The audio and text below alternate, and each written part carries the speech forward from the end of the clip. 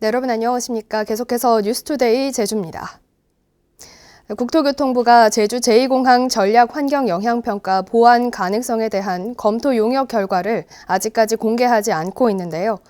오영훈 제주도지사가 용역 결과 공개와 장관과의 면담 요구에 응하지 않고 있는 국토교통부에 대해 강하게 유감을 표명했습니다. 김항섭 기자입니다. 지난 10월 완성된 제주 제2공항 전략 환경 영향평가 보완 가능성 검토 용역. 국토부는 최종 용역 보고서를 공개해달라는 제주도의 요구를 거부하고 열람만 허가했습니다. 해당 용역의 실무적인 검토가 끝나고 원희룡 장관의 최종 승인을 앞두고 있는 상황.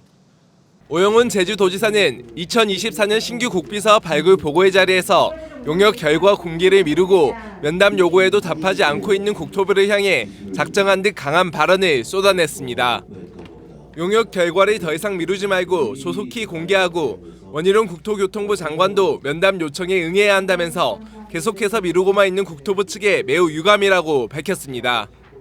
또 국토부 2차관이 도지사가 아닌 제주도 정무부지사에게 환경부와 용역 관련 협의를 시작할 것이라며 면담을 요청한 것도 도지사로서 이해하기 어렵다고 비판했습니다. 제주도의 가장 큰 갈등 사안입니다.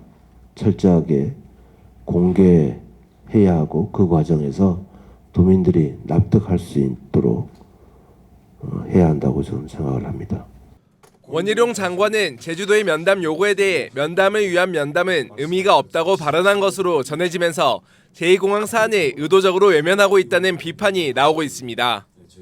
국토부 측은 장관 검토 등을 거쳐 보완 용역 결과와 제2공항 재추진 여부 등을 발표하고 환경부와 협의를 시작할 계획이지만 올해 안에 가능할지는 불투명하다고 밝혔습니다. 오영훈 지사는 올해 안으로 국회에서 기자회견을 열어 보완 용역 공개를 촉구할 예정인 가운데 국토부의 대응에 관심이 쏠리고 있습니다. MBC 뉴스 김항섭입니다. 토지 매입 난항으로 설립이 늦어지고 있는 제주시 서부중학교 건립 사업과 관련해 김광수 제주도 교육감이 토지 수용도 검토하겠다고 밝혔습니다. 4.3 교육과 관련한 개정 교육 과정에 대해서는 교과서에 반영될 수 있도록 노력하겠다고 밝혔습니다. 김하은 기자입니다. 제주시 서부지역 중학교 과밀과 원거리 통학 여건을 개선하겠다며 제주도교육청이 지난 2018년부터 추진한 서부중학교 설립 사업. 제주시 외도 1동 일대 예정 부지 2만 5천여 제곱미터는 사유지로 토지주들과의 매입 협상이 난항을 겪으면서 아직도 1만 7천여 제곱미터를 매입하지 못한 상태입니다. 이 때문에 2024년이던 개교 시기는 오는 2027년으로 또다시 연기됐습니다. 강제 수용이라도 좀 빨리 하자는 의견들입니다. 알기로는 지금 그 토지도 학교 용지로 다 허락이 된 상태라서. 김광수 제주도 교육감은 이와 관련해 다음 달까지 토지주들과 만나 협의를 진행하겠다고 밝혔습니다. 이후 협의가 제대로 진행되지 않으면 토지를 수용하는 방안도 검토하고 있다고 밝혔습니다. 1월 말까지 시간을 드리겠습니다. 그분에게. 그래서 1월 말까지 지켜서 아무 대답이 없으면 수용하겠습니다. 또 제주 4.3을 학습 요소와 성취 기준에서 제외해 논란이 된 개정 교육 과정에 대해서는 교과서 집필 기준이 나오는 대로 잘 살펴 4.3 관련 내용이 반영될 수 있도록 노력하겠다고 밝혔습니다. 우리 제주 4.3은 이런 어떤 정치적인 이념이 이미 떠났다. 이제 다시 어떤 그 교과서 집필 기준이 나올 테지요. 그때 우리가 또 잘 살펴서 이걸 지켜나가야 될 게 아닌가. 한편 제주 영어교육도시의 국제학교에 대한 지도 감독 권한이 미흡하다는 지적과 관련해서는 학교 운영의 자율성을 최대한 보장하도록 한 관련법과 상충될 우려가 있다며 겨울방학 중에 4개 국제학교를 방문해 대화를 추진하겠다고 말했습니다. MBC 뉴스 김하은입니다. 제주의 유명 음식점 대표를 살해한 피의자가 지난달 이미 한 차례 범행을 시도했던 걸로 드러났습니다. 공동 출입문 안으로 들어갔지만 현관 비밀번호를 알지 못해 실패했고 이후 택배기사로 위장해서 피해자의 집 현관에 카메라까지 설치했던 걸로 확인됐습니다. 이따금 기자입니다. 피해 여성의 주택 공동 현관 비밀번호를 누르고 침입하는 피의자 김모 씨. 경찰 조사 결과 김 씨는 이미 지난달 말 범행을 시도했던 것으로 파악됐습니다. 공동 출입문 안까지 들어갔지만 피해자의 집 현관 비밀번호가 맞지 않아 범행하지 못하고 돌아간 겁니다. 이후 김 씨는 범행을 지시한 혐의를 받고 있는 박 씨와 짜고 현관 비밀번호를 알기 위해 이달 초 다시 피해자의 집을 찾아 현관을 비추는 카메라를 설치한 것으로 확인됐습니다. 이때 김 씨는 주민들의 눈을 피하려 택배기사로 위장하고 경남 양산의 거주지에서 배편으로 직접 오토바이까지 가지고 오는 치밀함을 보였습니다. 당시 김 씨의 아내도 같이 제주에 내려왔던 것으로 확인됐습니다. 김 씨는 설치한 카메라 영상을 통해 비밀번호를 알아낸 뒤 지난 15일 또다시 제주에 내려와 다음 날인 16일 오후 피해자 집에 침입해 피해자를 살해한 것으로 경찰은 파악하고 있습니다. 범행 이전에 택배기사를 위장해서 현관 앞에 몰래카메라를 설치, 비밀번호를 확보한 사실을 추가로 확인했습니다. 금전적인 관계도 현재 파악 중에 있습니다. 경찰은 이 모든 과정에 박 씨가 함께 공모하며 범행을 설계했다고 보고 박 씨에게 살인 교사가 아닌 살인 혐의를 적용할 것을 검토하고 있습니다. 경찰은 구체적인 범행 동기와 범행 계획 기간 등에 대한 수사를 마무리하고 오는 28일 구속된 피의자 3명을 검찰에 넘길 예정입니다. 한편 경찰은 오늘 피의자 신상공개 심의위원회를 열어 이들 피의자 3명에 대한 신상공개 여부를 결정할 계획입니다. MBC 뉴스 이따금입니다. 올해 마지막 한 주가 시작됐습니다. 제주 MBC는 올 한 해 보도한 주요 사안 가운데 4가지를 선정해 보도 이후 어떻게 달라졌는지 살펴보는 시간을 마련했는데요. 오늘은 첫 번째 시간입니다. 먼저 올해 잇따랐던 대형 해양 사고를 돌아봤습니다. 아직도 사고를 막을 근본적인 대책은 마련되지 않고 있고 일부 사고는 그 원인조차 파악되지 않고 있는 실정입니다. 보도에 김찬년 기자입니다. 방호복을 입은 해경대원 2명이 2m가 넘는 절단기를 들고 달립니다. 배와 연결된 굵은 밧줄을 절단기로 순식간에 잘라냅니다. 어선화재로 불이 다른 배로 번지는 걸 막기 위해 해경이 최근 도입한 장비입니다. 어선 화재 발생 시 열로 인해 접근이 어려워 선박 간의 신속한 분리를 위해서 원거리에서도 사용 가능한 밧줄 절단기를 도입하였습니다.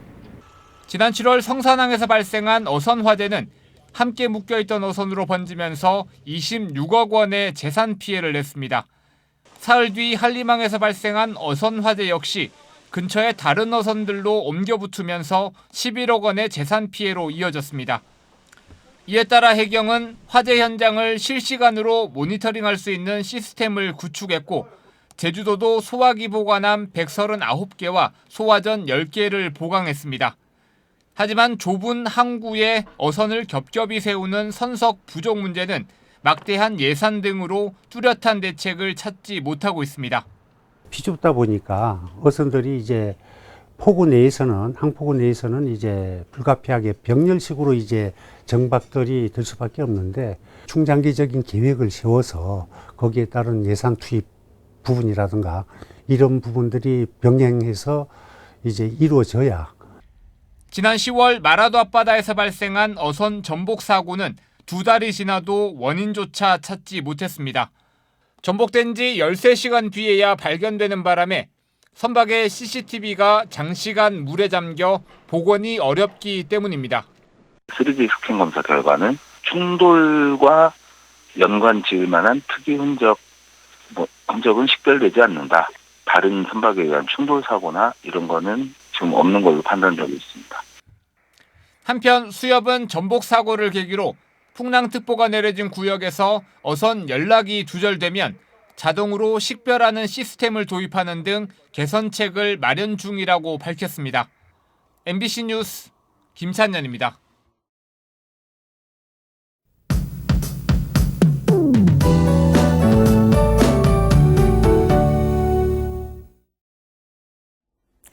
한라산은 현재 눈꽃이 가득 피었습니다. 주말 동안 내린 폭설로 인해서 산지 사제비에는 85.7cm의 정말 많은 눈이 쌓였는데요.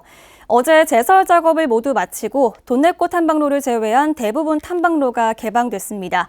어리목과 영실 탐방로에서는 현재 윗세오름까지 등반할 수 있고요. 이 두 탐방로에서는 별도의 예약 없이도 탐방이 가능합니다. 앞으로 모레까지 등반하기 무난한 날씨가 예상됩니다. 특히 오늘은 해발 900m 이상에서는 파란 하늘에 하얀 눈꽃이 정말 예쁠 텐데요. 안전사고에 유의하시면서 아름다운 설상 감상하시기 바랍니다. 오늘도 찬 대륙고기압의 영향으로 이맘때 겨울 추위를 보이겠습니다. 하늘엔 구름이 많겠고요. 미세먼지 농도는 좋음 단계로 공기는 깨끗하겠습니다. 아침 현재 기온 보시겠습니다. 현재 북부 지역의 체감온도 3도를 보이고 있고요. 서부와 동부 지역은 체감 2도까지 떨어졌습니다. 산지 성판악은 체감온도 영하 4.3도를 보이고 있는데요. 당분간 산간 지역에서는 영하권을 보이면서 얼음이 어는 곳도 있겠습니다. 낮 최고 기온 보시면 북부와 서부 지역 9도가 예상되고 남부 지역은 11도까지 오르겠습니다. 도서 지역도 구름 낀 가운데 우도에서는 맑은 날씨가 예상됩니다. 바다의 물결은 제주 앞바다에서 잔잔하겠고요. 제주 남쪽 먼바다에서는 물결이 2.5m까지 비교적 높게 일겠습니다. 다가오는 새해 첫날까지 제주에는 눈 또는 비 소식은 없겠습니다. 기상정보였습니다. 네, 다음은 희망 2023 나눔 캠페인 성금을 보내주신 분들입니다. 한국마사회 제주지역본부 직원 1동 500만 원, 주식회사 통일감정평가법인 제주지사 임직원 1동 30만 원, 공립봉계 LH 어린이집 가족 1동 43만 1,300원, YWCA 문주란 클럽 1동 30만 원을 보내주셨습니다. 성금을 맡기실 분은 다음 달 31일까지 제주사회복지공동모금회로 문의하시거나 제주은행이나 농협계좌로 보내주시면 됩니다. 고맙습니다. 오는 2026년 전국체육대회가 제주에서 열립니다. 대한체육회는 이사회에서 2026년 제107회 전국체육대회 제주 개최를 확정했습니다. 이에 따라 2026년 전국장애인체육대회와 2027년 전국소년체육대회 등도 제주에서 열리게 됩니다. 제주에서는 지난 1998년과 2002년, 2014년 세 차례 전국체전이 열렸습니다. 민선 8기 핵심 공약인 제주형 도심항공교통 UAM을 상용화하기 위한 작업이 본격적으로 시작됐습니다. 제주도는 드론 택시 등 도심항공교통 상용화를 위한 추진계획 수립 연구 용역 착수보고회를 열고 내년 7월까지 용역을 추진한다고 밝혔습니다. 이번 용역에서는 제주형 UAM 실증과 운영 노선 설정, 운영 개념 수립과 산업 생태계 조성 방안 등을 마련하게 됩니다. 용역 기간은 내년도 7월. 고향사랑 기부제의 답례품 공급 업체가 선정됐습니다. 제주도는 공모를 통해 접수된 50개의 업체의 제안 발표와 지역경제 기여도 등을 평가해 친환경 농산물 꾸러미와 감귤 등 15개 공급 업체를 선정했습니다. 고향사랑 기부제는 본인의 거주지가 아닌 지방자치단체에서 연간 500만 원 한도에서 기부할 수 있는 제도로 기부 금액의 30% 한도에서 답례품을 선택할 수 있습니다. 제주 지역화폐인 탐나는전이 다음 달 1일부터 나흘 동안 사용이 일시 중단됩니다. 제주도는 운영 대행사 변경에 따른 전산 이관 작업 관계로 다음 달 1일부터 4일까지 카드형 탐나는전 사용을 일시 중단한다고 밝혔습니다. 2020년 처음 발행된 탐나는전은 이달 말까지 코나아이가 운영을 맡고 내년부터는 제주은행과 나이스 정보통신 컨소시엄이 새로 운영을 맡게 됩니다. 내년부터 제주 여행객 1인당 면세 물품 구입 한도가 $600에서 $800로 상향됩니다. 기획재정부는 지난 23일 국회 본회의에서 조세특례 제한법 개정안이 통과되면서 제주도 지정 면세점의 기본 면세 한도가 $600 이하에서 $800 이하로 상향된다고 밝혔습니다. 주류 면세 물품 한도도 $400 이하 1리터짜리 한 병에서 2병으로 늘고 담배는 기존대로 한 보루까지만 적용됩니다.